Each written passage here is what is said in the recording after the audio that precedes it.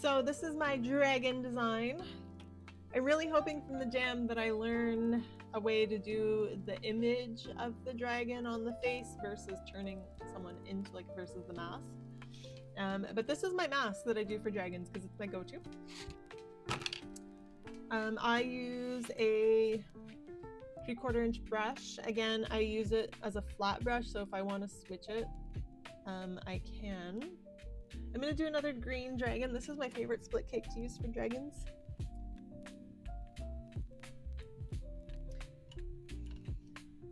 Anyways, I start by loading up my split cake.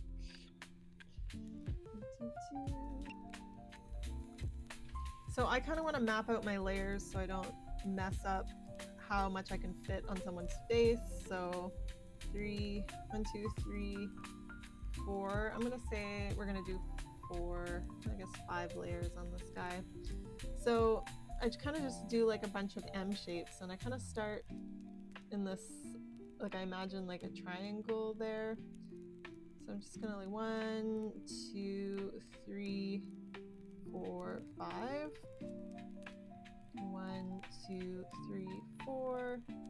1, 2, 1, 2, 1, 2. And then at the end here, you can also do one of these, like you can make that bigger one, like onto the actual face. I also like to do like a pointy thing that way. Again, you're gonna have to go with the shape of the face. This is a practice board, so it looks a little different in real life.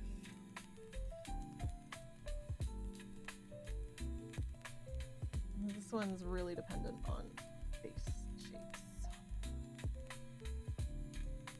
you can get that pointy thing in there. And that's pretty much it for this split cake. This part of the eye I've done in a different color green. This one I've kind of made more of that shape. This one I kind of, I don't know, wanted to switch it up a little bit. It's kind of what I love about face painting and not having pictures on a board. I really love to switch up my designs as I'm painting them and always find ways to do them faster or make them look prettier. So you're getting to see that in action on this board, me switching the design to see how it changes. This picture that like goes on to the eyelid, you know what I mean?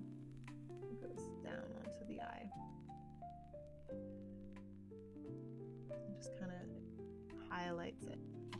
So with a slightly smaller flat brush, that one was a 3/4.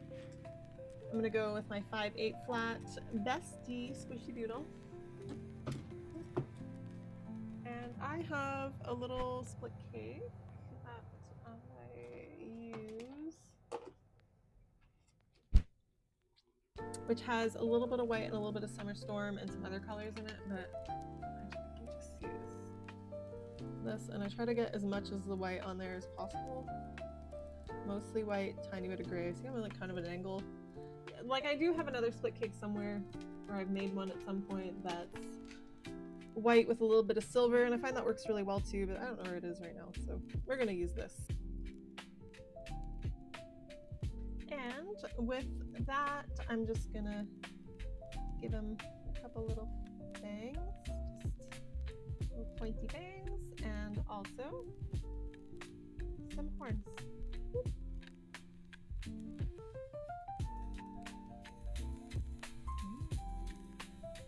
Again, this is going to be really dependent on the size of the kid that you have and their face shape. I'm obviously into this guy's hair, so this isn't real life, but the technique, you know, it's the same.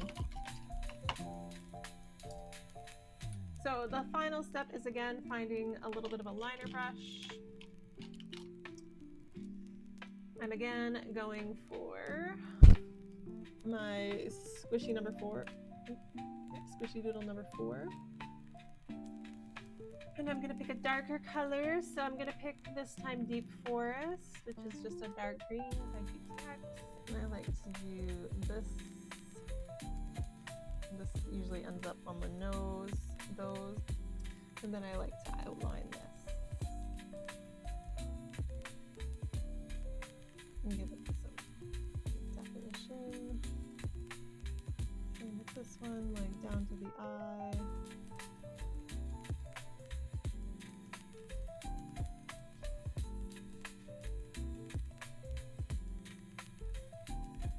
And then usually these little swoops up here.